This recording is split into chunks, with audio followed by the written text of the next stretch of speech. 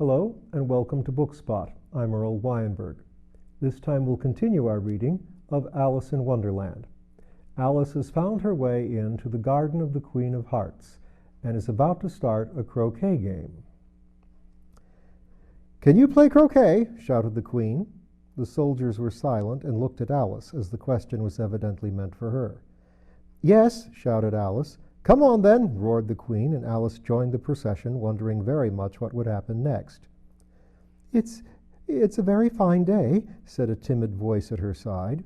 She was walking by the White Rabbit, who was peeping anxiously into her face. "Very," said Alice. "Where's the Duchess?" "Hush, hush," said the Rabbit in a low, hurried tone. He looked anxiously over his shoulder as he spoke, then raised himself up tiptoe, put his mouth close to her ear, and whispered, "She's under sentence of execution." "What for?" said Alice.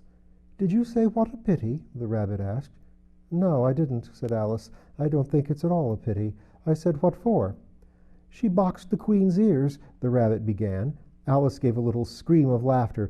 "Oh, hush," the Rabbit whispered in a frightened tone. "The Queen will hear you. You see, she came rather late, and the Queen said—" "Get to your places!" shouted the Queen in a voice of thunder, and people began running about in all directions, tumbling up against each other. However, they got settled down in a minute or two, and the game began. Alice thought she had never seen such a curious croquet ground in her life. It was all ridges and furrows. The croquet balls were live hedgehogs, and the mallets live flamingos, and the soldiers had to double themselves up and stand on their hands and feet to make the arches. The chief difficulty Alice found at first was in managing her flamingo. She succeeded in getting its body tucked away comfortably enough under her arm, with its legs hanging down, but generally, just as she'd got its neck nicely straightened out and was going to give the hedgehog a blow with its head, it would twist itself round and look up into her face with such a puzzled expression that she could not help bursting out laughing. And when she'd got its head down and was going to begin again, it was very provoking to find that the hedgehog had unrolled itself and was in the act of crawling away. Besides all this, there was generally a ridge or a furrow in the way wherever she wanted to send the hedgehog to, and as the doubled-up soldiers were always getting up and walking off to other parts of the ground, Alice soon came to the conclusion that it was a very difficult game indeed. The players all played at once without waiting for turns, quarreling all the while, and fighting for the hedgehogs, and in a very short time the Queen was in a furious passion and went stamping about and shouting, "Off with his head!" or "Off with her head!" about once a minute. Alice began to feel very uneasy, and to be sure she had not as yet had any dispute with the Queen, but she knew that it might happen at any minute. And then, she thought, what would become of me? They're dreadfully fond of beheading people here. The great wonder is that there's anyone left alive. She was looking about for some way of escape and wondering whether she could get away without being seen, when she noticed a curious appearance in the air. It puzzled her very much at first, but after watching it a minute or two, she made it out to be a grin, and she said to herself, "It's the Cheshire Cat. Now I shall have somebody to talk to." "How are you getting on?" said the cat, as soon as there was mouth enough for it to speak with. Alice waited till the eyes appeared, and then nodded. "It's no use speaking to it," she thought, "till its ears have come, or at least one of them." In another minute the whole head appeared, and then Alice put down her flamingo and began an account of the game, feeling very glad she had someone to listen to her. The cat seemed to think that there was enough of it now in sight, and no more of it appeared. "I don't think they play at all fairly," Alice began in a rather complaining tone. "They all quarrel so dreadfully one can't hear oneself speak, and they don't seem to have any rules in particular. At least, if there are, nobody attends to them, and you've no idea how confusing it is, all the things being alive. For instance, there's the arch I've got to go through next, walking about at the other end of the ground, and I should have croqueted the Queen's hedgehog just now, only it ran away when it saw mine coming." "How do you like the Queen?" said the cat in a low voice. "Not at all," said Alice. "She's so extremely—" Just then she noticed that the Queen was close behind her listening, so she went on, "Likely to win, that it's hardly worthwhile finishing the game." The Queen smiled and passed on. "Who are you talking to?" said the king, coming up to Alice and looking at the cat's head with great curiosity. "It's a friend of mine, a Cheshire cat," said Alice. "Allow me to introduce it." "I don't like the look of it at all," said the king. "However, it may kiss my hand if it likes." "I'd rather not," the cat remarked. "Don't be impertinent," said the king, "and don't look at me like that." He got behind Alice as he spoke. "A cat may look at a king," said Alice. "I've read that in some book, but I don't remember where." "Well, it must be removed," said the king very decidedly, and he called to the queen, who was passing at the moment, "My dear, I wish you would have this cat removed." The queen had only one way of settling all difficulties, great or small. "Off with its head," she said, without even looking round. "I'll fetch the executioner myself," said the king eagerly, and he hurried off.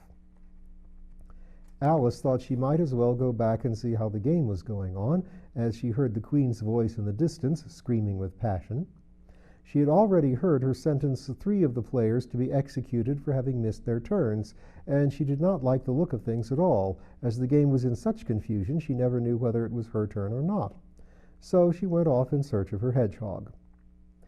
The hedgehog was engaged in a fight with another hedgehog, which seemed to Alice an excellent opportunity for croqueting one of them into the other. The only difficulty was that her flamingo was gone across to the other side of the garden, where Alice could see it trying in a helpless sort of way to fly up into a tree. By the time she had caught the flamingo and brought it back, the fight was over and both hedgehogs were out of sight. "But it doesn't matter much," thought Alice, "as all the arches are gone from this side of the ground." So she tucked it away under her arm, that it might not escape again, and went back to have a little more conversation with her friend. When she got back to the Cheshire Cat, she was surprised to find quite a large crowd collected round it. There was a dispute going on between the executioner, the king, and the queen, who were all talking at once, while all the rest were quite silent and looking very uncomfortable. The moment Alice appeared, she was appealed to by all 3 to settle the question, and they repeated their arguments to her, though as they all spoke at once, she found it very hard to make out exactly what they said. The executioner's argument was that you couldn't cut off a head unless there was a body to cut it off from, that he had never had to do such a thing before, and he wasn't going to begin at his time of life. The king's argument was that anything that had a head could be beheaded, and you weren't to talk nonsense. The queen's argument was that if something wasn't done about it in less than no time, she'd have everybody executed all round. It was this last remark that had made the whole party look so grave and anxious. Alice could think of nothing else to say, but "It belongs to the Duchess. You'd better ask her about it." "She's in prison," the queen said to the executioner. "Fetch her here." And the executioner went off like an arrow.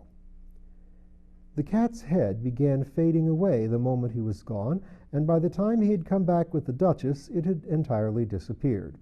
So the king and the executioner ran wildly up and down looking for it, while the rest of the party went back to the game. Chapter 9. The Mock Turtle's Story. "You can't think how glad I am to see you again, you dear old thing," said the Duchess, as she tucked her arm affectionately into Alice's, and they walked off together. Alice was very glad to find her in such a pleasant temper, and thought to herself that perhaps it was only the pepper that had made her so savage when they met in the kitchen. "When I'm a duchess," she said to herself, not in a very hopeful tone, though, I won't have any pepper in my kitchen at all. Soup does very well without. Maybe it's always pepper that makes people hot-tempered," she went on, very much pleased at having found out a new kind of rule. "And vinegar that makes them sour, and chamomile that makes them bitter, and barley sugar and such things that makes children sweet-tempered. I only wish people knew that. They wouldn't be quite so stingy about it, you know." She had quite forgotten the Duchess by this time, and was a little startled when she heard her voice close in her ear. "You're thinking about something, my dear, and that makes you forget to talk. I can't tell you just now what the moral of that is, but I shall remember it in a bit." "Perhaps it hasn't one," Alice ventured to remark. "Tut, tut, child," said the Duchess. "Everything's got a moral, if only you can find it." And she squeezed herself up closer to Alice's side as she spoke. Alice did not much like her keeping so close to her, first because the Duchess was very ugly, and secondly, because she was exactly the right height to rest her chin on Alice's shoulder, and it was an uncomfortably sharp chin. However, she did not like to be rude, so she bore with it as well as she could. "The game's going on rather better now," she said, by way of keeping up the conversation a little. "'Tis so," said the Duchess, "and the moral of that is, oh, 'tis love that makes the world go round." "Somebody said," Alice whispered, "that it's done by everybody minding their own business."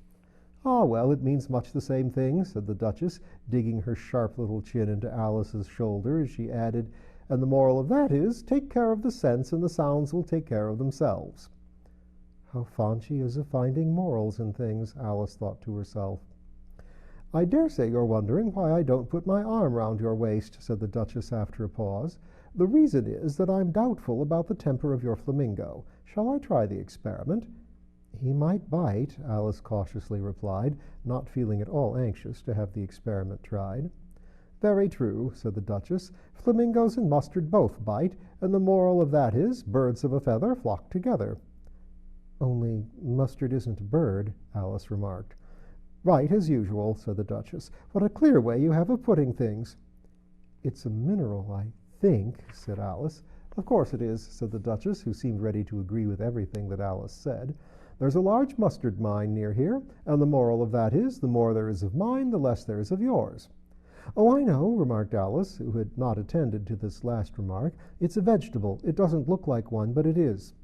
"I quite agree with you," said the Duchess, "and the moral of that is, be what you would seem to be, or, if you'd like it put more simply, never imagine yourself not to be otherwise than what it might appear to others that what you were or might have been was not otherwise than what you would have been appeared to them to be otherwise." "I think I should understand that better," Alice said very politely, "if I had it written down, but I can't quite follow it as you say it." "That's nothing to what I could say if I chose," the Duchess replied in a pleased tone. "Pray don't trouble yourself to say it any longer than that," said Alice. "Oh, don't talk about trouble," said the Duchess. "I make you a present of everything I've said as yet." Cheap sort of present, thought Alice. I'm glad they don't give birthday presents like that. But she did not venture to say it out loud. "Thinking again?" the Duchess asked with another dig of her sharp little chin. "I've a right to think," said Alice sharply, for she was beginning to feel a little worried. "Just about as much right," said the Duchess, "as pigs have to fly, and the—" Here, to Alice's great surprise, the Duchess's voice died away, even in the middle of her favorite word, moral, and the arm that was linked into hers began to tremble. Alice looked up, and there stood the Queen in front of them, with her arms folded, frowning like a thunderstorm.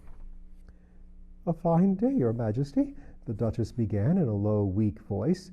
"Now I give you fair warning," shouted the Queen, stamping on the ground as she spoke. "Either you or your head must be off, and that in about half no time. Take your choice." The Duchess took her choice and was gone in a moment.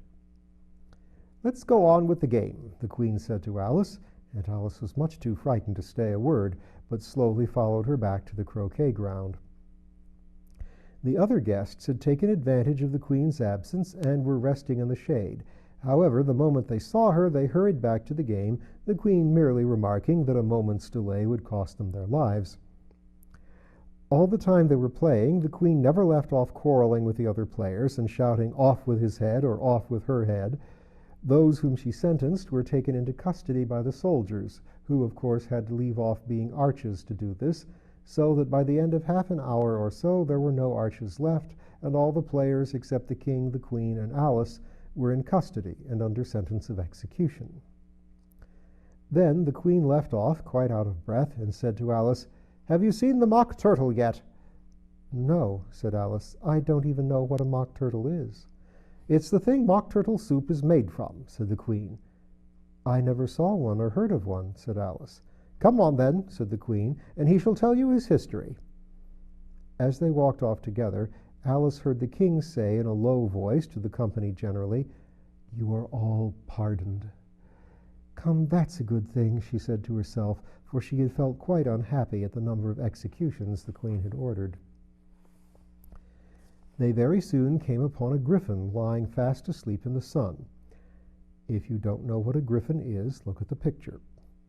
"Up, lazy thing," said the Queen, "and take this young lady to see the Mock Turtle and to hear his history. I must go back to see after some executions I have ordered." And she walked off, leaving Alice alone with the Griffin. Alice did not quite like the look of the creature, but on the whole she thought it would be quite as safe to stay with it as to go after that savage Queen, so she waited. The Griffin sat up and rubbed its eyes. Then it watched the Queen till she was quite out of sight, and chuckled. "What fun!" said the Griffin, half to itself, half to Alice. "What is the fun?" said Alice. "Why, she," said the Griffin. "It's all her fancy, that. They never executes nobody, you know. Come on." "Everybody says come on here," thought Alice as she went slowly after it. "I never was so ordered about before in all my life. Never." They had not gone far before they saw the Mock Turtle in the distance, sitting sad and lonely on the little ledge of rock, and as they came nearer, Alice could hear him sighing as if his heart would break. She pitied him deeply. "What is his sorrow?" she asked the Griffin, and the Griffin answered very nearly in the same words as before. "It's all his fancy, that. He hasn't got no sorrow, you know. Come on." So they went up to the Mock Turtle, who looked at them with large eyes full of tears, but said nothing. "This here young lady," said the Griffin, "she wants for to know your history, she do." "I'll tell it her," said the Mock Turtle in a deep, hollow tone. "Sit down, both of you, and don't speak a word till I've finished." So they sat down, and nobody spoke for some minutes. Alice thought to herself, "I don't see how he can ever finish if he doesn't begin," but she waited patiently. "Once," said the Mock Turtle at last with a deep sigh, "I was a real turtle." These words were followed by a very long silence, broken only by an occasional exclamation of "Hizz!" from the Griffin and the constant heavy sobbing of the Mock Turtle. Alice was very nearly getting up and saying, "Thank you, sir, for your interesting history," but she could not help thinking there must be more to come, so she sat still and said nothing. "When we were little," the Mock Turtle went on at last more calmly, though still sobbing a little now and then, "we went to school in the sea. The master was an old turtle. We used to call him Tortoise." "Why did you call him Tortoise if he wasn't one?" Alice asked. "We called him Tortoise because he taught us," said the Mock Turtle angrily. "Really, you are very dull." "You ought to be ashamed of yourself for asking such a simple question," added the Griffin, and then they both sat silent and looked at poor Alice, who felt ready to sink into the earth. At last the Griffin said to the Mock Turtle, "Drive on, old fellow, don't be all day about it," and he went on in these words. "Yes, we went to school in the sea, though you mayn't believe it." "I never said I didn't," interrupted Alice. "You did," said the Mock Turtle. "Hold your tongue," added the Griffin before Alice could speak again. The Mock Turtle went on, "We had the best of educations. In fact, we went to school every day." "I've been to day school, too," said Alice. "You needn't be so proud as all that." "With extras?" asked the Mock Turtle a little anxiously. "Yes," said Alice. "We learned French and music." "And washing?" said the Mock Turtle. "Certainly not," said Alice indignantly. "Ah, then yours wasn't a really good school," said the Mock Turtle in a tone of great relief. "Now at ours they had at the end of the bill French, music, and washing extra." "You couldn't have wanted it much," said Alice, "living at the bottom of the sea." "I couldn't afford to learn it," said the Mock Turtle with a sigh. "I only took the regular course." "What was that?" inquired Alice. "Reeling and writhing, of course, to begin with," the Mock Turtle replied, "and then the different branches of arithmetic: ambition, distraction, uglification, and derision." "I never heard of uglification," Alice ventured to say. "What is it?" The Griffin lifted up both its paws in surprise. "Never heard of uglifying?" it exclaimed. "You know what to beautify is, I suppose?" "Yes," said Alice doubtfully. "It means to make anything prettier." Well then, the Griffin went on, if you don't know what to uglify is, you are a simpleton. Alice did not feel encouraged to ask any more questions about it, so she turned to the Mock Turtle and said, what else had you to learn? Well, there was mystery, the Mock Turtle replied, counting off the subjects on his flappers. Mystery, ancient and modern, with seaography, then drawling. The drawling master was an old conger eel that used to come once a week. He taught us drawling, stretching, and fainting in coils. What was that like? Said Alice. Well, I can't show it you myself, the Mock Turtle said. I'm too stiff, and the Griffin never learnt it.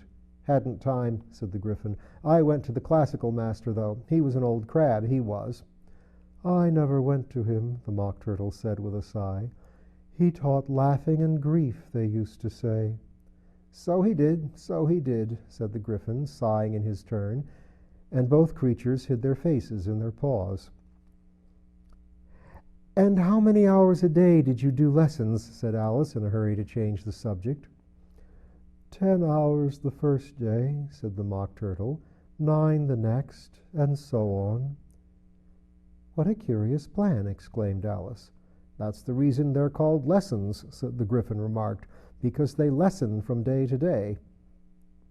This was quite a new idea to Alice, and she thought it over a little before she made her next remark. Then the 11th day must have been a holiday? Of course it was, said the Mock Turtle. And how did you manage on the 12th? Alice went on eagerly. That's enough about lessons, the Griffin interrupted in a very decided tone. Tell her something about the games now. Chapter 10. The Lobster Quadrille. The Mock Turtle sighed deeply and drew the back of one flapper across his eyes. He looked at Alice and tried to speak, but for a minute or two sobs choked his voice. Same as if he had a bone in his throat, said the Griffin, and it set to work shaking him and punching him in the back.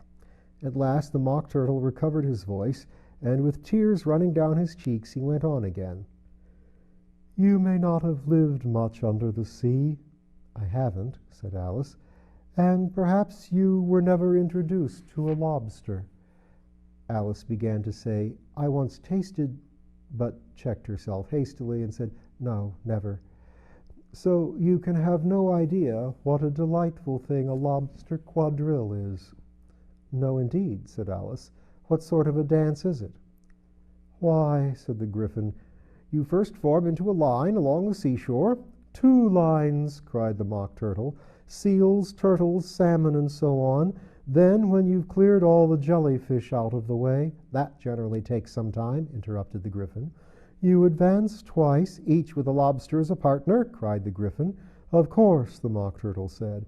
Advance twice, set to partners, change lobsters, and retire in the same order, continued the Griffin. Then, you know, the Mock Turtle went on, you throw the lobsters, shouted the Griffin with a bound into the air. As far out to sea as you can. Swim after them, screamed the Griffin. Turn a somersault in the sea, cried the Mock Turtle, capering wildly about. Change lobsters again, yelled the Griffin at the top of its voice. Back to land again, and— That's all the first figure, said the Mock Turtle, suddenly dropping his voice, and the 2 creatures, who had been jumping about like mad things all this time, sat down again very sadly and quietly, and looked at Alice. It must be a very pretty dance, said Alice timidly. Would you like to see a little of it? Said the Mock Turtle.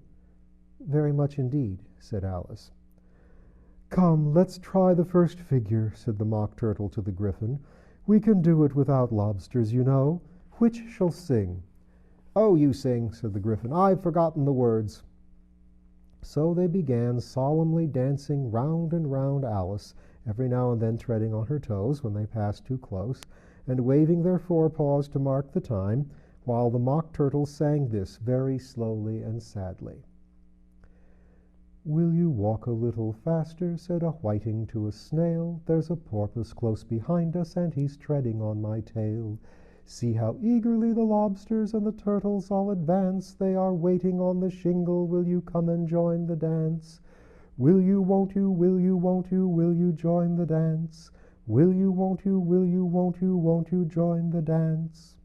You can really have no notion how delightful it will be when they take us up and throw us with the lobsters out to sea. But the snail replied too far, and gave a look askance, said he thanked the whiting kindly, but he would not join the dance. Would not, could not, would not, could not, would not join the dance.